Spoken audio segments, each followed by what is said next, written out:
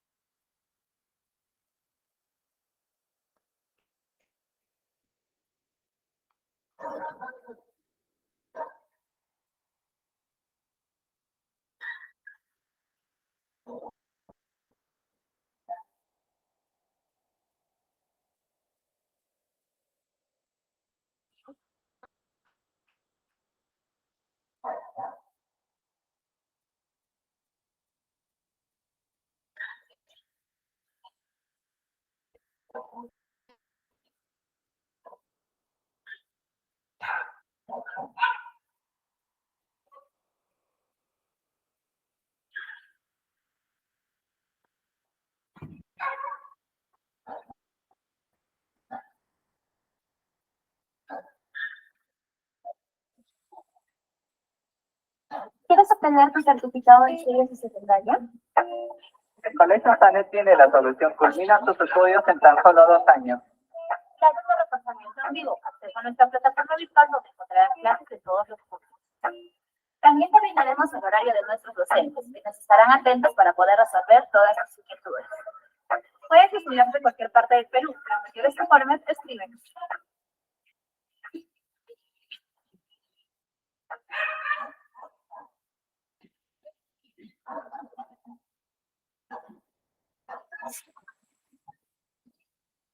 ¿Quieres obtener tu certificado de estudios de secundaria? El Colegio Sanet tiene la solución. Culmina tus estudios en tan solo 2 años. Clases de reforzamiento en vivo. Acceso a nuestra plataforma virtual donde encontrarás clases de todos los cursos. También terminaremos el horario de nuestros docentes, quienes estarán atentos para poder resolver todas sus inquietudes. Puedes estudiar de cualquier parte del Perú. Para mayores informes, escriben.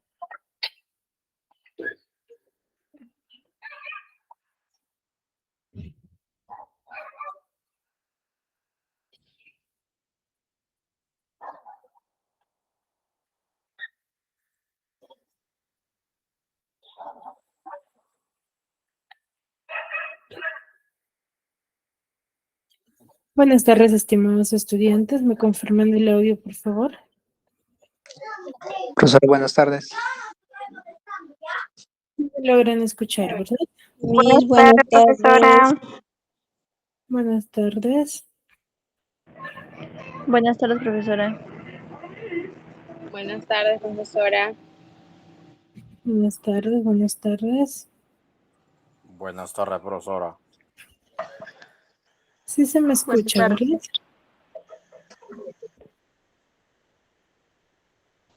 Buenas tardes, profesora.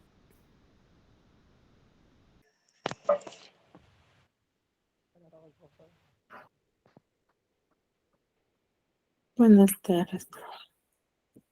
Vamos a empezar con la clase del día de hoy. Recordando lo que hemos trabajado la clase pasada, chicos, a ver, ¿quién me podría manifestar qué tema hemos tratado? ¿De qué? El teatro griego, profesora. Ya, muy bien, hemos hablado sobre el teatro griego. ¿Qué podemos decir respecto al teatro?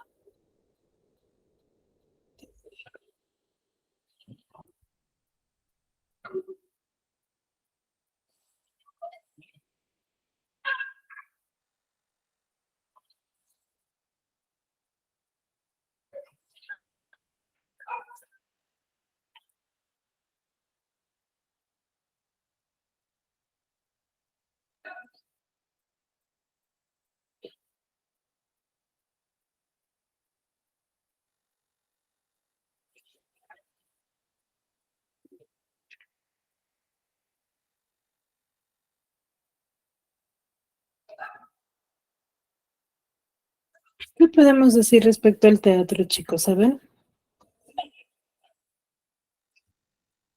A ver. Eh, Caroline Torres. Buenas tardes, profesora. Saludos.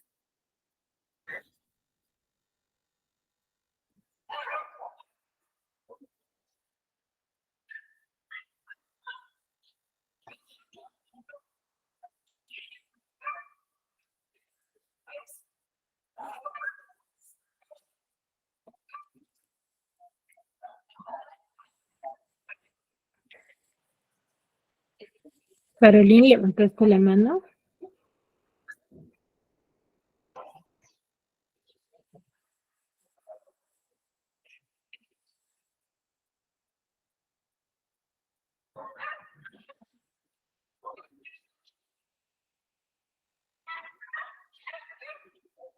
No hay problemas de audio, me parece, Caroline.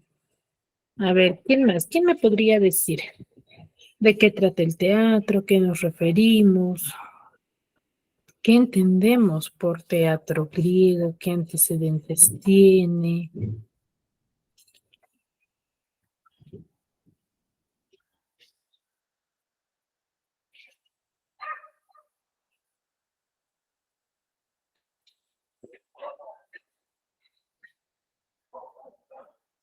¿Ven?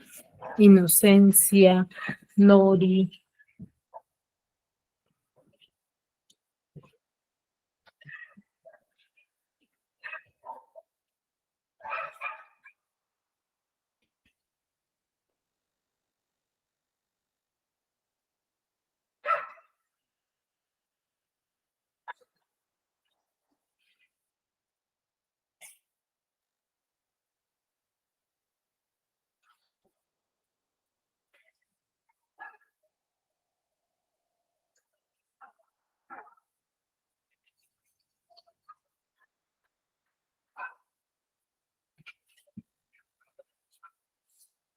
Chicos.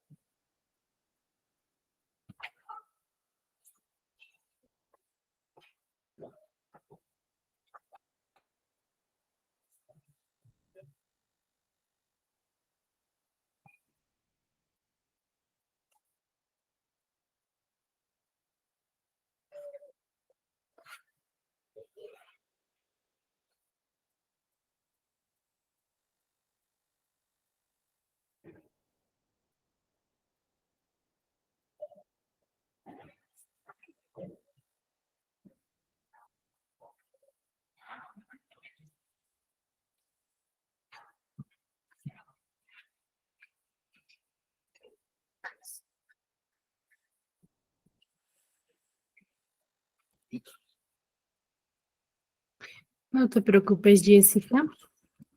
A ver, chicos, ¿qué me pueden decir respecto al teatro griego? A ver, Eliseo, Angeli, Johnny.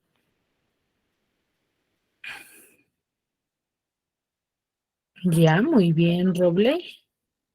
Muy bien, el teatro griego se va a basar en épocas romanas, ya romanas y griegas, ¿no? ¿Qué más? ¿Qué más es el teatro griego?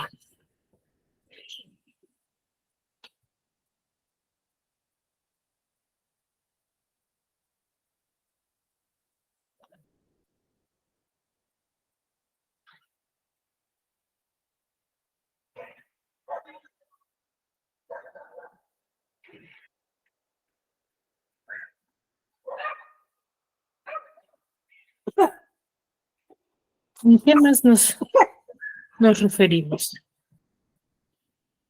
Jacqueline, levantaste la mano. Bien, buenas tardes, profesora. Podría decir que el teatro griego, pues son diversas, ¿no?, manifestaciones teatrales que se cultivaron en la antigua Grecia o en la antigua Roma, se podría decir. Esa es mi opinión. Ya, muy bien, excelente. Sí, se desarrollaron en dichos ambientes. ¿Qué más? ¿Qué otra característica? ¿Qué características tenía el teatro griego?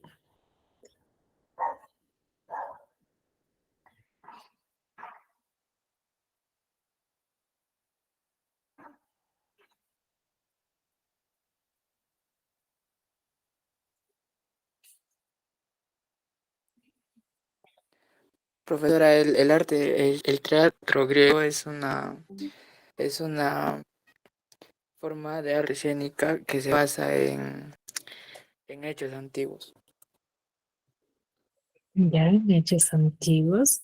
Cuando nosotros hablamos de movimientos literarios, ya, Robley nos dice, se utilizan disfraces y máscaras, es una característica. Ya, se utilizan disfraces. ¿A qué te refieres con disfraces? Las máscaras sí, se utilizaban máscaras, pero disfraces, ¿a qué nos referimos con disfraces?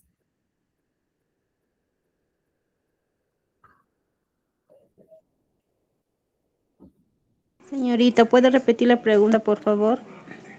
Les decía, ¿qué otra característica tenemos en cuenta con el teatro griego? ¿Qué quiere decir? Que cuando yo lea una obra, por ejemplo, literaria referente al teatro, ¿cómo Y yo le comedia. identifico?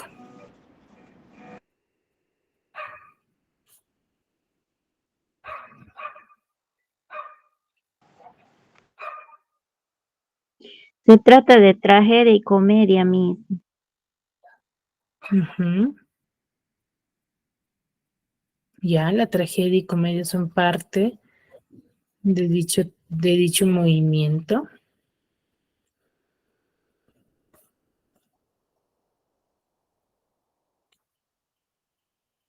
¿Qué más? ¿Qué más?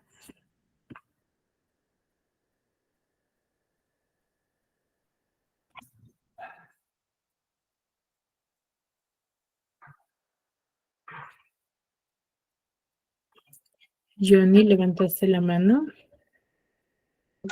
Sí, profesora. Disfraces, artificio que se usa, por ejemplo, para desfigurar algo con el fin de que sea desconocido. Mm, claro, esa es la finalidad del disfraz. Pero la pregunta es, ¿en el teatro griego se usaban disfraces?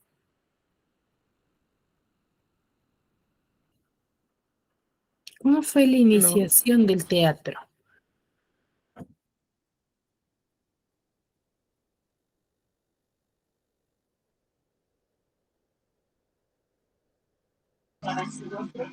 No, profesora, utilizaban máscaras.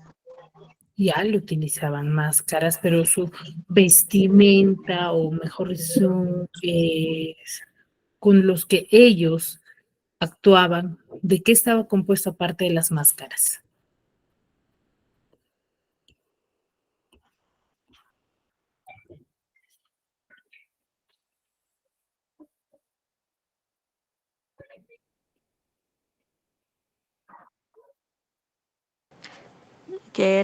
Que usaban túnicas.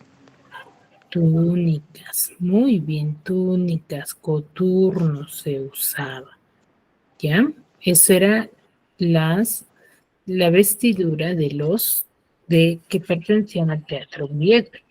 Ahora, ¿con qué finalidad? ¿Cuál era el objetivo o cómo se inició?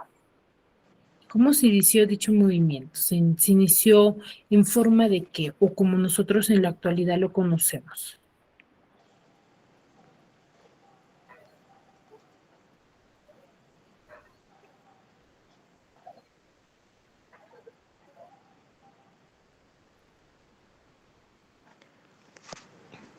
Comenzó con ritos y ceremonias Ya, con ritos, ceremonias, ¿en honor a quién?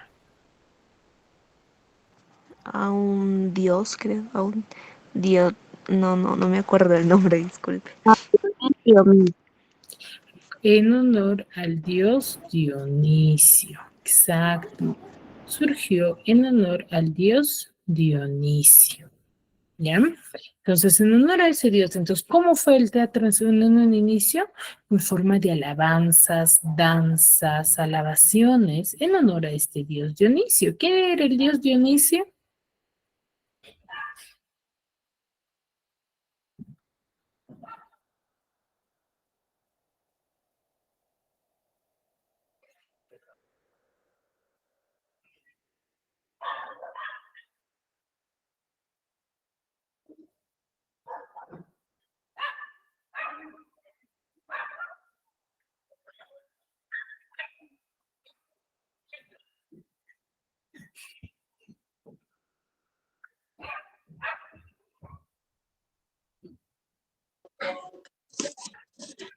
Profesora, fue el antiguo dios griego del vino, la diversión y el teatro. Muy bien. El dios Dionisio era el dios del vino, ¿cierto?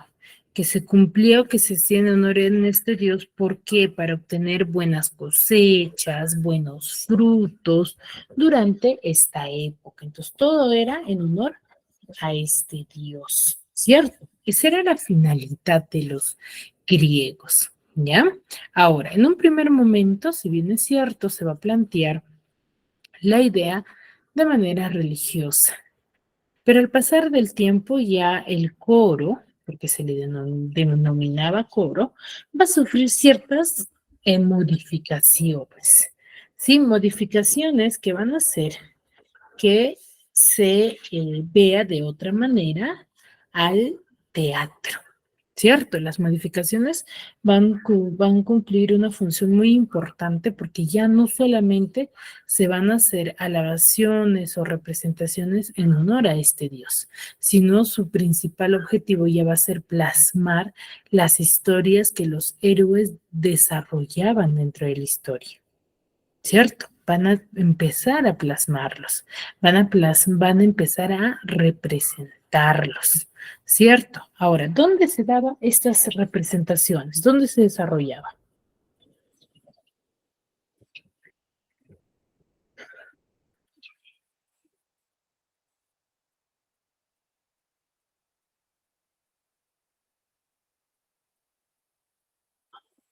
En los teatros, profesora. Ya, pero en ese tiempo existía un teatro o cómo se desarrolló.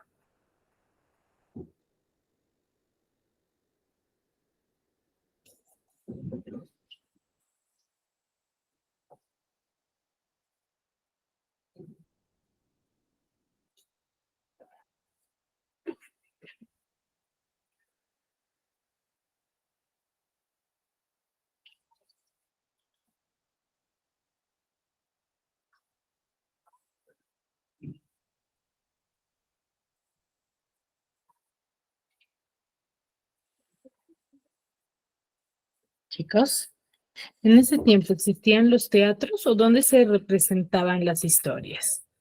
¿En qué lugar?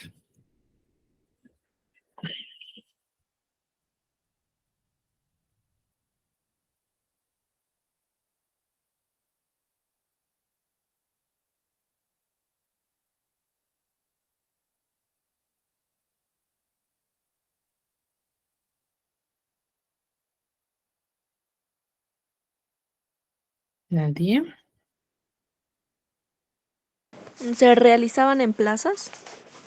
Ya en plazas, en santuarios, ¿cierto? Ya con el pasar del tiempo se creó o se construyó el famoso teatrón, ¿cierto? El famoso teatrón donde ahí sí se desarrollaban cada una de las historias. Ya ahí todavía. ¿Me dejo entender? ¿Sí? Entonces, en este famoso Bien. teatro, donde estaba ubicado, sí, alrededor del, ¿qué cosa? Del lugar de Atenas, ¿cierto?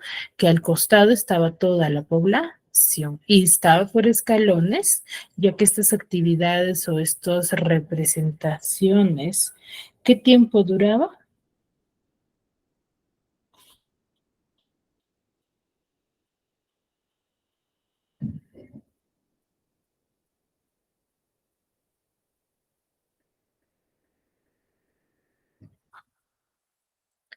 ¿Qué tiempo duraban estas representaciones?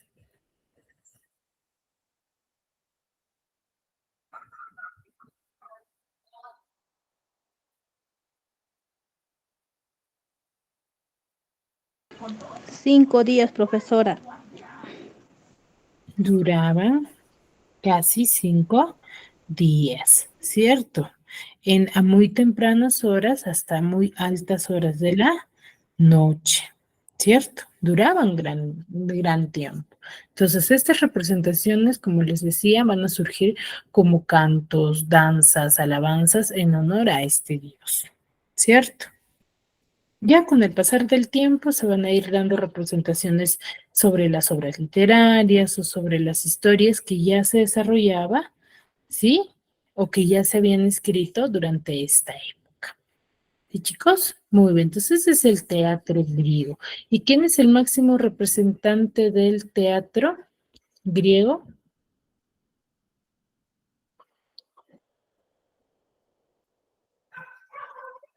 ¿Quién es el máximo representante del teatro?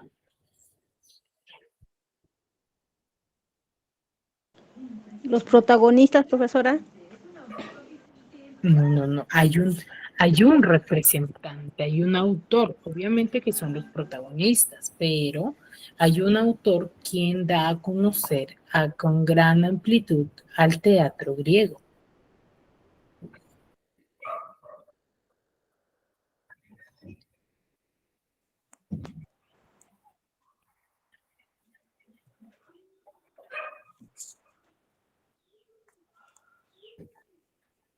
¿Quién es?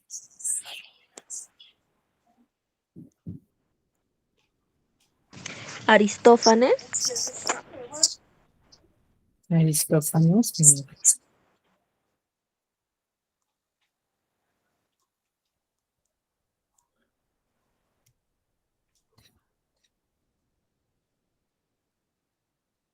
Ujú. Aristófanes es parte de uno de los grandes representantes, pero hay de uno de quien nosotros hablamos. ¿Quién es? Sófocles. Muy bien, Sófocles. Sófocles nos da a conocer el teatro, nos muestra con su obra el famoso Edipo Rey, ¿cierto? Entonces esto más que todo es un género, ¿no? Un género que va a sobresalir a través del tiempo y muy importante dentro de la literatura, ¿no? Porque van a aparecer nuevos géneros literarios, ¿ya?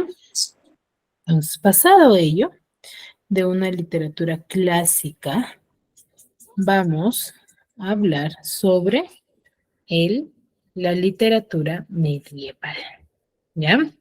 ¿Qué entendemos por literatura medieval o literatura en la Edad Media? Primero, si nos ubicamos, o mejor dicho, se va a ubicar en un aspecto sociocultural, ¿no? ¿Cómo eran los no privilegiados, los privilegiados?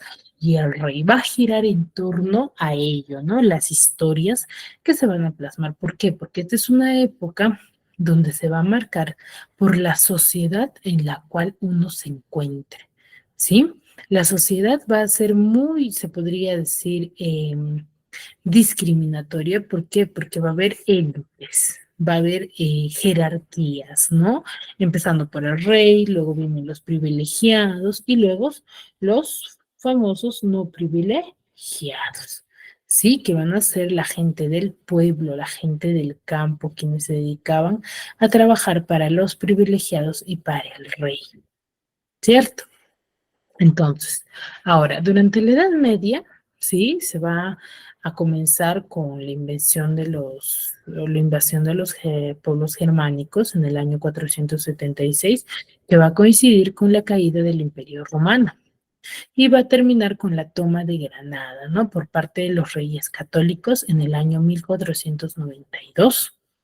Sí, esta guerra germánica va a marcar mucho la época porque ya el idioma latín va a ir evolucionando, ¿no? Hasta dar lugar a diferentes dialectos peninsulares, ¿no? Se va a llegar a difundir más y van a ir surgiendo más las lenguas romances, como el galego, el catalán, el castellano, el leonés y diversos tipos de lenguas que van a surgir debido a la invasión germánica. En el año 711, ya la batalla de Guadalete, los árabes van a avanzar a Don Rodrigo, van a vencer a Don Rodrigo, el último rey godo de la época, y la reconquista va a durar 8 siglos, ¿no? Hasta 1492. Entonces, esta va a formar parte muy importante de la época, ¿sí? Ahora, esta sociedad o la sociedad medieval va a ser una forma básica de relación social, ¿no? Era el feudalismo. ¿Sí? ¿Por qué? Porque va a estar formada por élites, como les decía, ¿no? Donde va a estar estructurado según un orden jerárquico, ¿no? La sociedad se va a dividir en nobleza, en clero y en pueblo llano, donde la nobleza y el clero van a acumular riquezas y privilegios, mientras que el pueblo llano se va a dedicar a hacer qué cosa, trabajos agrícolas y va a vivir en condiciones pésimas, ¿no? Prácticamente va a ser explotado por la nobleza y por el clero. Ya a partir del siglo XII, las condiciones que pertenecían al pueblo llano van a ir mejorando, ¿no? ¿Por qué? Porque van a aparecer más oportunidades en los núcleos urbanos, ya donde se van a trasladar muchos campesinos. Y así va a surgir una nueva clase social por artesanos y comerciantes, que era la famosa o es la famosa burguesía, ¿sí? Ya en el siglo XIV, este sistema feudal va a comenzar a desequilibrarse, ¿no? Desestabilizarse, ¿sí? Debido a su inestabilidad política, la crisis, las epidemias y la ruptura entre la Iglesia de Oriente y Occidente que va a surgir durante esta época. Entonces va a ir modificando, se va a ir cambiando, ¿sí? Ahora, toda cultura,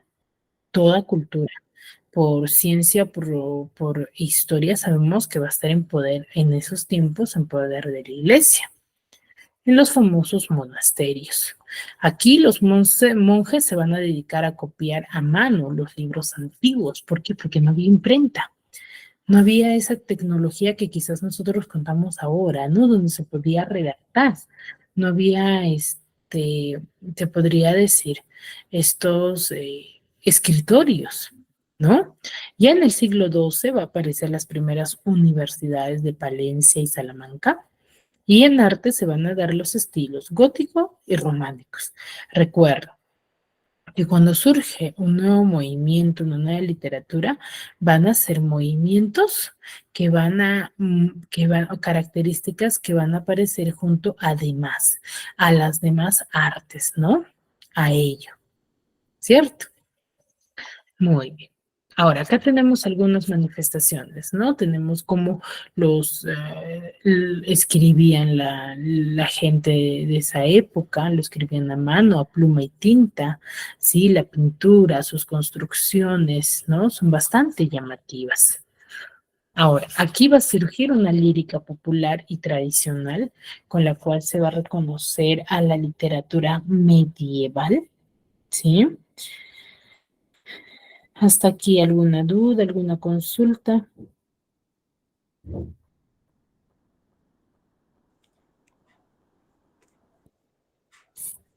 Miss, ese no hay en el módulo, ¿no? ¿Cómo? Que esa parte no hay en el módulo. Claro, yo lo estoy amplificando. Estoy amplificando para que ustedes lo puedan comprender, porque si me centro en la información del módulo, sí, terminaríamos la clase en menos de una hora. Les estoy dando prácticamente un aspecto más extenso respecto a la sociedad, porque, por ejemplo, en el módulo tenemos, ¿no? Que el periodo de la literatura medieval va a ser del siglo V hasta el siglo XV, ¿cierto? Ahí nos dice, ¿cierto? Que va a coincidir con la caída del Imperio Romano en Occidente en el año 476 después de Cristo, ¿sí? Y nos va a manifestar, ¿no? Punto por punto, ¿qué es lo que surgió? La guerra de las cruzadas, el feudalismo, el afianzamiento de la burguesía, el teocentrismo, las lenguas romances, ¿cierto? De manera general, está de manera resumida. Aquí yo los estoy amplificando, ¿no? Estoy dando un poco más de información para que ustedes entiendan, ¿no? Y se contextualicen cómo es que surge la literatura medieval. ¿Me dejo entender?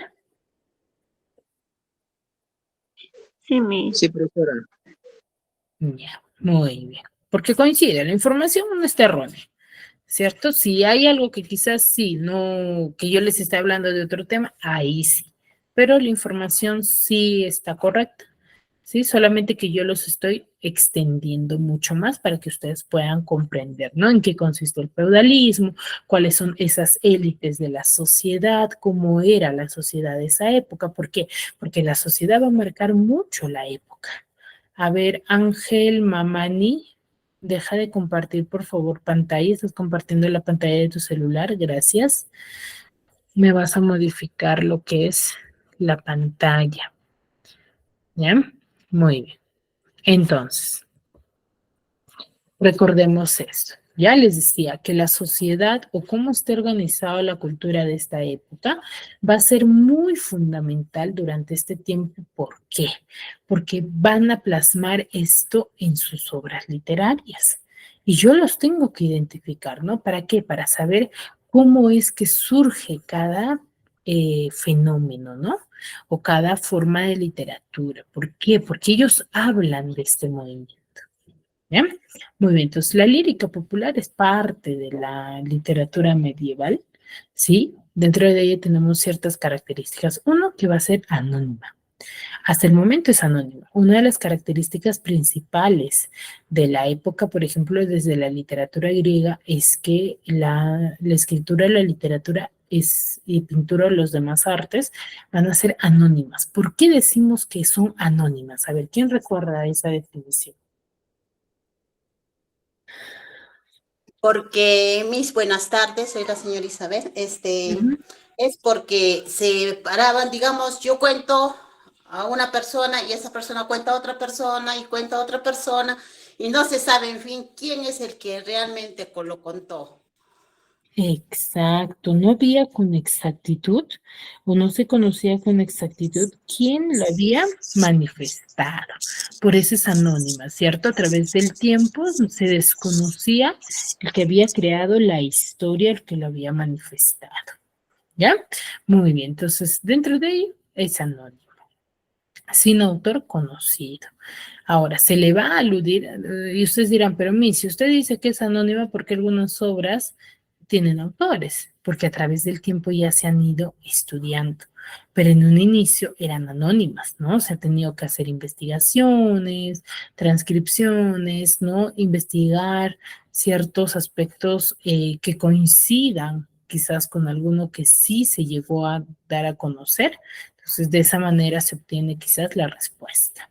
Ahora, va a ser una creación colectiva. ¿Por qué? Porque van a componer y modificar muchos colaboradores, ¿no? Muchos van a modificar, van a cambiar, van a componer lo que se va a llegar a manifestar. Y como van a ser anónimas, recuerden que estos son manifestados, la mayoría de forma oral. ¿Por qué? Porque va de generación en generación. Lo difundían de forma oral porque la forma escrita era todavía decadente, ¿no? No llegaba a gran cantidad.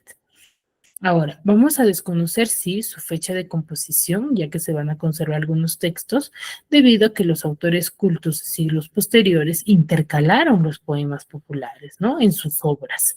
O sea, ¿qué quiere decir ello? Que van a formar parte, lo incluyeron. ¿Sí? En la lírica popular vamos a destacar 3 formas de composición: las jarchas, los castigos de amigo y los villancicos. Las jarchas, reflejados o representados con el andaluz, las cántigas de amigo a galaico portugués y los villancicos a Castilla. ¿Ya? En esas 3 composiciones, el tema principal o central de la época es la queja femenina, ¿no? Por la ausencia de ese ser amado, ¿ya? Y las confidentes van a ser la madre o las hermanas en la mayoría de las historias. ¿Sí? Entonces, recuerda, su tema principal es la queja femenina y la ausencia del ser amado. Sí, que va a girar en torno a ello las historias que se van a elaborar durante esta época. ¿Sí? Muy bien. Ahora, ¿qué son las jarchas? Las jarchas es una composición que está escrita en mozárabe, que es una lengua romance que es derivada del latín vulgar mezclada con el árabe. Sí, pero con grafías árabes y hebreas. ¿Qué son grafías? Escritura. ¿Ya? Ahora, estas composiciones poéticas van a ser muy breves, que se van a incluir al final de otros poemas más largos y cultos, que van a estar escritas en árabe o en hebreo, las moxajas, por ejemplo, ¿sí? Las jarchas más antiguas van a datar desde el siglo XI y estas constan de 3 a 4 versos con rima consonante, que quiere decir que su rima es consonante, va a terminar en consonante, ¿cierto? Y algunos poemas, ¿sí? Donde se va a lamentar una joven ante la madre o hermanas por la ausencia de su amado, ¿no? Que se le denomina el Aviv. Y otras que va a desear ir en su busca y va a manifestar sus celos o va a mostrar su angustia porque el amado debe de partir, tiene que dejarle, ¿cierto? Entonces, esos son dos de los temas muy importantes que se van a tratar dentro de los jarchas. Recuerden, escritas en mozárabe, ¿sí? Donde tiene una rima consonántica de 3 a 4 versos y el tema central es el Hadith, ¿no?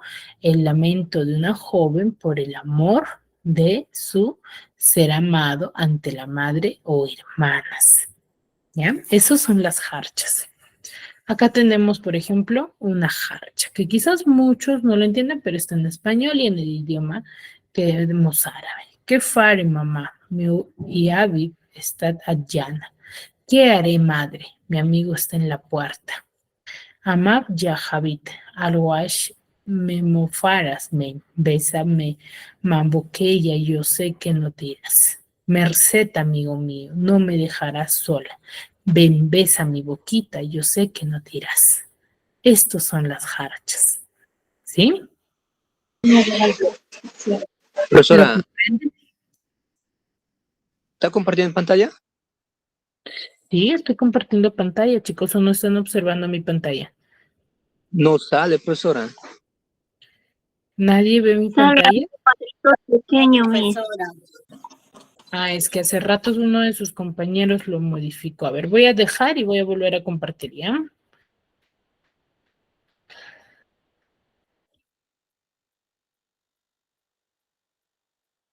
Ahora,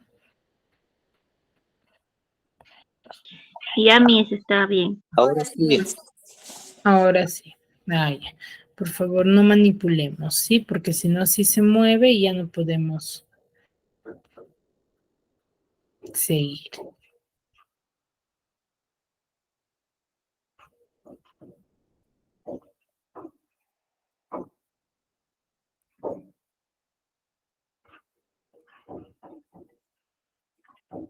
Muy bien.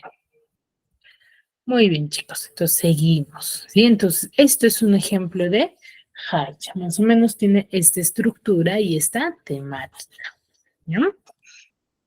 Cantigas de amigo.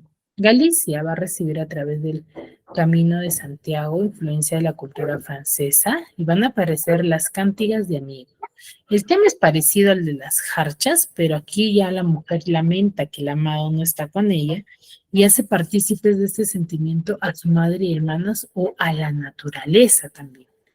Sí, acá tenemos la métrica, verso de gran regularidad y una estructura paralelística, ¿no? Se va a repetir cada 2 versos, es decir, ahí siempre va a haber un verso nuevo y otro que se va a repetir. Por ejemplo, dice, ondas do mar de Vigo, ai Deus severra cedo, ondas do mar levado, ai Deus severra cedo. Si ustedes se dan cuenta, ahí nomás se repite ya, ¿no?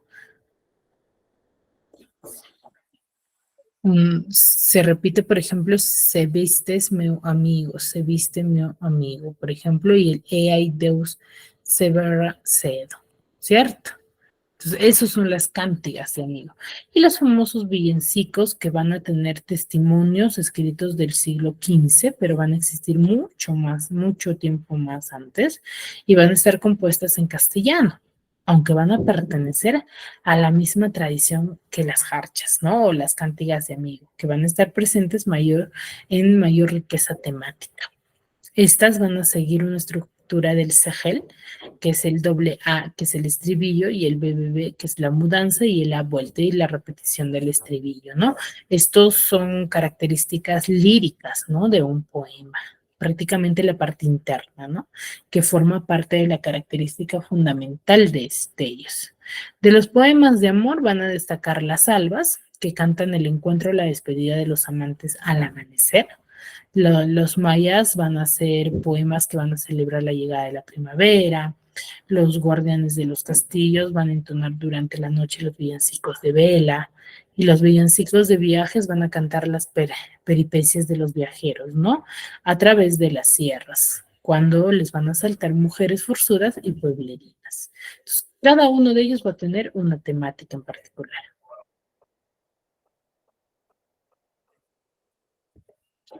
Por ejemplo, acá tenemos un ejemplo de villancico. Ay, fortuna, cógeme esta aceituna, dice. Estribillo de 2 versos de la A. ¿Sí? Aceituna lisonjera, verde y tierna por fuera, y por dentro de madera, fruta dura e importuna. Ay, fortuna, cógeme esta aceituna, repetición del estribillo. Fruta en madura, tan larga que sin aderezo amarga, y aunque se coja una carga, se ha de comer sola una. Ay, fortuna, cógeme esta aceituna. Entonces, esto forma parte de los famosos villancicos. ¿Sí? Y acá tenemos, ¿no? La poesía narrativa que formaba parte del mester de juglería, ¿no? Las diversas temas durante esta época. ¿Qué es la épica y mester de juglería? A ver, hasta aquí, ¿alguna duda, alguna consulta? Algo que quizás no se me haya entendido, o estoy yendo muy rápido.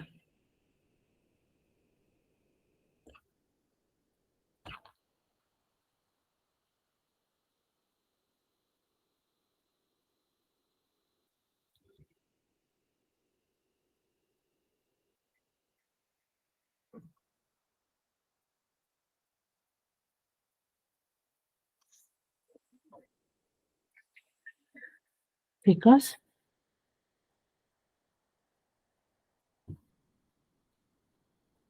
Está entendible, Miss, por mi parte. ujú. Ya, muy bien, chicos. Entonces seguimos, ¿ya? Muy bien. Entonces, la épica o mester de juglería, sí, van a ser los cantares de gestas donde van a narrar en forma de verso las hazañas de los diversos héroes de la época, ¿ya? Los diversos héroes de la época, donde se van a basar en hechos históricos, pero los van a mezclar con elementos de ficción, sí, que están basados en hechos fuera de la realidad. Aquí el héroe se va a representar los valores de la colectividad, es decir, que los que una sociedad debe y desea tener, ¿no? La valentía, la honestidad, la bondad. Los juglares van a recitar siempre estos cantares con los que informaban al pueblo, ¿no? Y van a mezclar los versos con la música. Los cantares de gesta en sí castellanos van a estar formados por versos de arte mayor, 14 a 16 sílabas, con rima asonante, ¿no? Donde cada verso va a estar dividido en 2 o mitades, ¿no? A la pausa se va a quedar entre los hemistiquios, como ustedes observan, ¿no? Por ejemplo, acá tenemos un ejemplo de el miocid, ¿no? De la forma, más que todo esto se centra en la forma de escritura de esta época. Por ejemplo, Miocid Ruiz Díaz, por Burgos en Trove. Van a su compañía 60 pendones. Salen a verlo mujeres y varones, burgueses y burguesas a las ventanas se ponen. Llorando de los ojos tan grande era su dolor. De sus bocas todas decían una razón. Dios, qué buen vasallo, si tuviese buen señor. Ustedes ven que la escritura al intermedio tienen un pequeño espacio, ¿sí? A eso se refiere. Muy bien.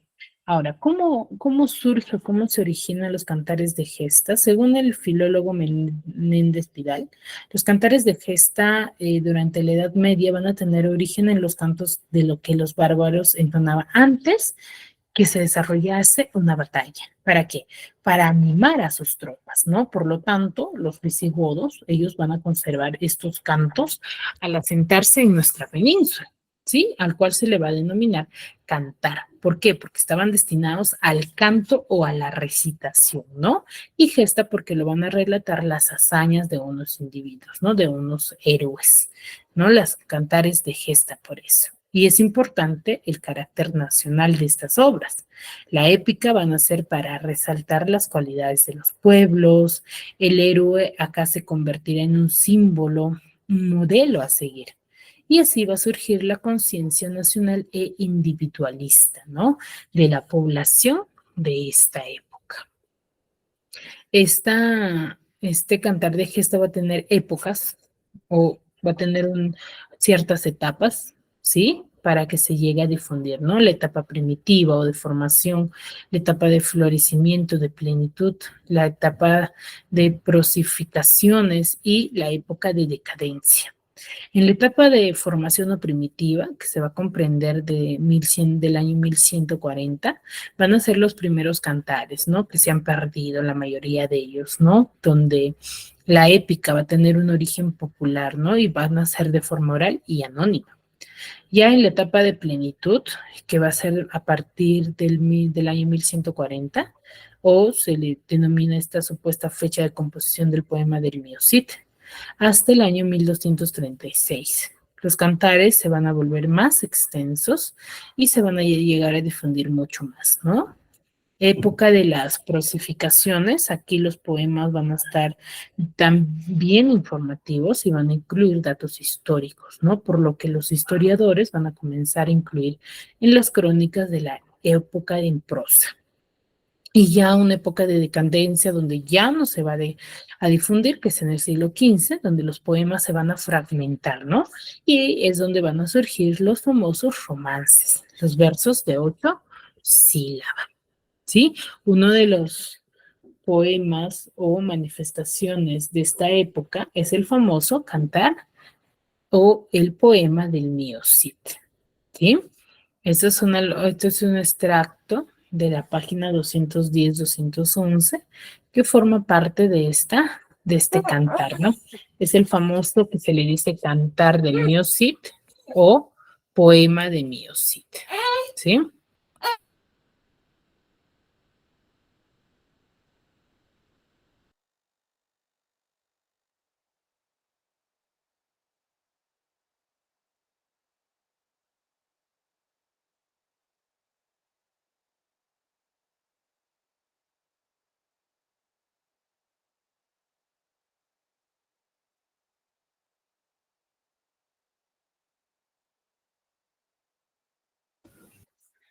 Sí, ahora.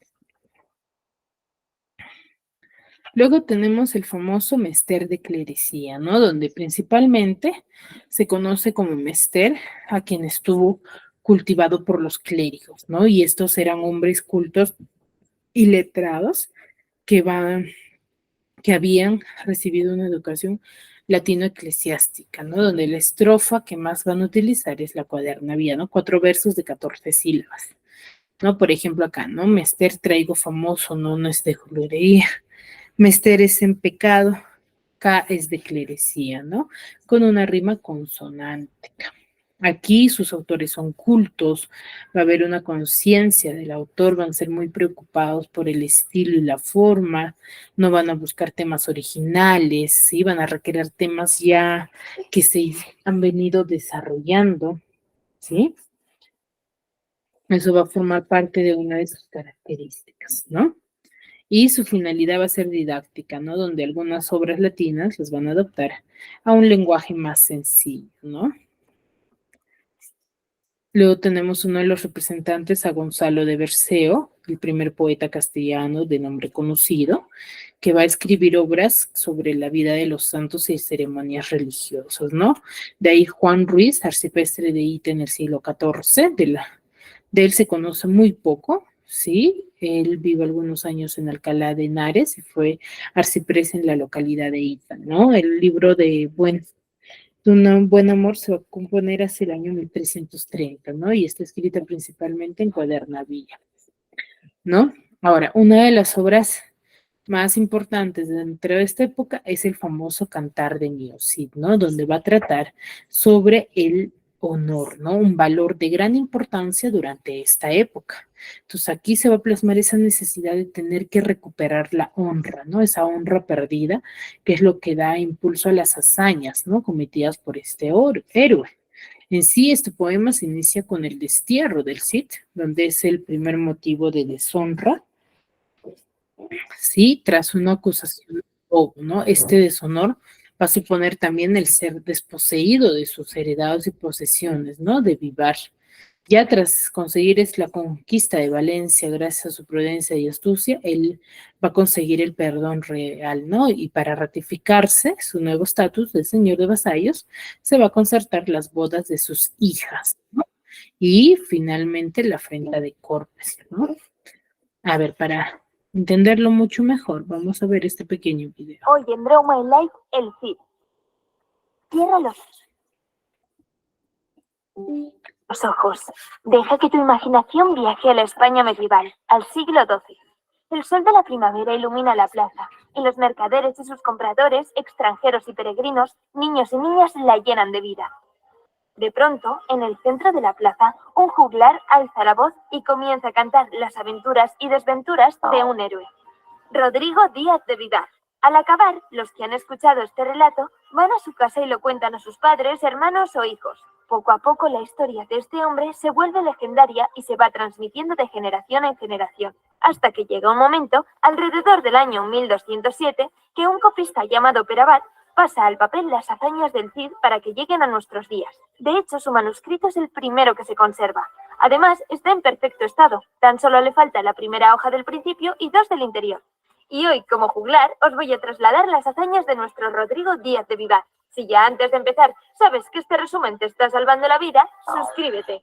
Te pongo en contexto. En la corte de Castilla, en torno al año 1080, el Cid salió victorioso de una batalla en la que ganó 3 cosas. 1. El favor del rey Alfonso VI. 2. Su fama y el nombre de campeador. 3. La envidia y el odio de los cortesanos. ¿Y puede haber algo peor que el corazón de un noble corroído por la envidia? No respondas. El caso es que un grupito de cortesanos liderado por un tal García Ordóñez hablaron mal al rey del Cid. Aunque fuera mentira, Alfonso VI les creyó. Y muy enfadado por la supuesta traición de su caballero, le invitó a abandonar el reino antes de 9 días. Al Cid, que además de fiel era obediente, no le quedó otra que abandonar Vivar hacia Burgos. Pero no se fue solo. Sus amigos como Álvar Fáñez de Minaya y seguidores no dudaron en acompañarle en sus próximas batallas. Al ver Vivar a lo lejos, sus ojos se llenaron de lágrimas y pensó en sus enemigos. ¿Alguien con sed de venganza? El Cid y su ejército llegaron a Burgos, pero nadie les quería hospedar. Finalmente acamparon en un lugar cercano a la villa. Martínez Antolínez se saltó las normas del rey y les proporcionó víveres. También ayudó al Cid a urdir un plan para conseguir algo de dinero. Construyeron 2 arcas y las llenaron de arena. Después pidieron a los judíos Raquel y Vivas que se las guardaran durante un año. Ellos pensaban que rebosaban oro y que a cambio le prestaran dinero. Así, con 600 marcos, el Cid abandonó Burgos. Antes de que acabara el plazo de los 9 días, el Cid fue a despedirse de su esposa Jimena y sus 2 hijas, Sol y Elvira, que se encontraban en el monasterio de Cardeña. El Cid lloró al despedirse, pero les prometió regresar y casarlas honradamente. Finalmente, un día antes de que su plazo acabara, el Cid emprendió la marcha, junto con un centenar de castellanos. Contó hasta 300 lanzas. Acampaban durante el día y cabalgaban por la noche para no ser vistos. En pocos días ocuparon Ita, Guadalajara y Alcalá. Realizaron una emboscada en Castejón, pero para no empeorar su relación con el rey, decidió no derribar su castillo y devolver la ciudad a los moros. Marchó hacia Zaragoza, dependiente del rey moro de Valencia, y sembró el pánico en Alcocer. El rey también de Valencia mandó refuerzos, pero no les sirvió de mucho, ya que fueron cercados y estuvieron sin agua durante 3 días. Finalmente, tras una batalla, los del Cid salieron victoriosos. El botín fue inmenso, por lo que el Cid, con su parte, le hizo un regalo al rey Alfonso. ¡Ay, pico y pala! Otra parte del botín la destinó a la Virgen de Burgos y a su mujer e hijas. Después, el Cid se asentó cerquita de sus territorios conquistados y a sus ciudadanos les obligó a pagar tributo. El Cid continuó con su conquista y pidiendo tributos en las ciudades por las que pasaba. Al conde de Barcelona no le sentó muy bien que este guerrero se aprovechara de sus tierras, por lo que decidió enfrentarlo. El Cid, cansado de tanta batallita, le mandó una carta para intentar apaciguarlo, pero no hubo suerte. Peor para el conde, ya que tras su evidente derrota acabó siendo prisionero. Además, aquí el Cid se hizo con su espada colada. Ya sabes que todo héroe necesita de una gran espada. Las conquistas del Cid no pararon. Burriana y Murviedro cayeron. Los campos se llenaron de flechas, espadas, cuerpos y sangre, mientras en Valencia temblaban viéndolo llegar. La fama del Cid campeador arrasaba Cullera, Játiva, Denia y Benicadel. Tras 10 meses de asedio a la ciudad de Valencia, los moros se rindieron abriendo las puertas al Cid, quien subió a lo alto del alcázar y ondeó su enseña. En poco más de 3 años había conquistado toda la región de Valencia. Tras alguna que otra batalla más, el Cid contaba con 3.600 siervos. Y con esta posición clara de ventaja, pidió al rey Alfonso sacar a su esposa e hijas de Castilla, por supuesto a cambio de riquezas. El rey, gratamente sorprendido por las hazañas del Cid, concedió su petición. ¿Qué pasa? Que los envidiosos seguían vivos. A García Ordóñez, el del principio, no le gustó ver que el Cid estaba recuperando el favor del rey. A su vez, en la corte del rey estaban los infantes de Carrión, quienes deseaban casarse con las hijas del Cid. No eran tontos ni nada. Doña Jimena, Sol y Elvira llegaron a Valencia, donde la recibió el Cid a lomos de babieca, espada y caballo. ¿Qué más necesita nuestro héroe? De hecho, otra espada, la tizona, que ganó en una batalla posterior. Pero la alegría del reencuentro duró poco, ya que el rey de Marruecos había enviado soldados para sacarlos de Valencia. Y nuevamente una gran batalla. 4.000 cristianos contra 50.000 moros. Y para variar, una gran victoria del Cid, quien mandó todo el alijo de los moros al rey Alfonso. Este contento, como es para menos, perdonó al Cid. En Castilla, los infantes de Carrión, junto con el malvado conde García Ordóñez, pidieron al rey que intercediera por ellos para poder casarse con las hijas del Cid. El rey aceptó a regañadientes y comunicó su deseo al campeador. Este accedió a cumplir la voluntad de su monarca. No quería tener más problemas. El Cid y el rey Alfonso VI se reencontraron después de tantos años a orillas del Tajo. Al verse, el Cid lloró emocionado, como si se reencontrara con un viejo amor. El rey le perdonó. Después, los infantes de Carrión pidieron oficialmente la mano de las hijas. Las bodas se celebraron en Valencia y duraron 15 días. Te puedes imaginar, todo el mundo estaba muy feliz y contento. A partir de ese día, los infantes y las hijas vivieron en Valencia durante los 2 años siguientes. Durante estos 2 años, los infantes dejaron claro que no eran la clase de hombre que una querría tener. No se llevaban muy bien con las personas de la corte y eran el blanco de todas las burlas. Les aterrorizaba luchar, tan solo les preocupaban las riquezas que salían de las batallas. A su vez, no podían soportar que se burlaran de ellos, y ya cansados de ser el hazmerreír de Valencia, decidieron regresar a Carrión y llevarse a sus esposas y su ajuar. Así, cuando llegaron al poblado de Corpes, ordenaron al resto de la comitiva que se adelantara, puesto que querían pasar tiempo con sus esposas. Sin embargo, una vez a solas, las ultrajaron y apalearon y las dejaron ahí tiradas. Este violento episodio pasó a conocerse como la afrenta de Corpes. Los infantes se hicieron como buenos cobardes. Las hijas fueron rescatadas en unas condiciones terribles, desnudas y deshidratadas. Los mensajeros hicieron su trabajo y cuando el Cid se enteró de la afrenta, mandó 200 hombres para buscar a sus hijas. Al reencontrarse con su padre, este les prometió que iba a restaurar su honra. Así, mandó un mensaje al rey Alfonso pidiendo justicia. Naturalmente, el rey convocó a las cortes en las que debían comparecer los infantes. Estos acudieron a regañadientes, pero con el mismo nivel de arrogancia. El debate que tuvo lugar ahí fue como un partido de tenis. Finalmente, devolvieron las espadas del Cid y el ajuar de las hijas. Y para restaurar el honor de las jóvenes, el rey acordó que se enfrentarían en una batalla. No hace falta que te diga quién ganó, ¿no? Al mismo tiempo, un infante de Navarra y otro de Aragón pidieron la mano de doña Elvira y doña Sol. El Cid aceptó gustoso. Finalmente, todos se reunieron en Valencia para celebrar la victoria sobre los de Carrión y las nuevas bodas. El poema termina honrando la figura del gran héroe, el Cid campeador. Así que resumamos. Muy bien, entonces nos trata de una parte de la historia del cantar de gesta, cómo es que se desarrollaba durante esta época. ¿no? Muy bien, chicos, hasta aquí alguna duda, alguna consulta. ¿O todo claro? Todo bien, Miss. Muy bien, chicos, si no hay dudas, nos quedamos ahí. Nos vemos la siguiente clase. Cuídense mucho.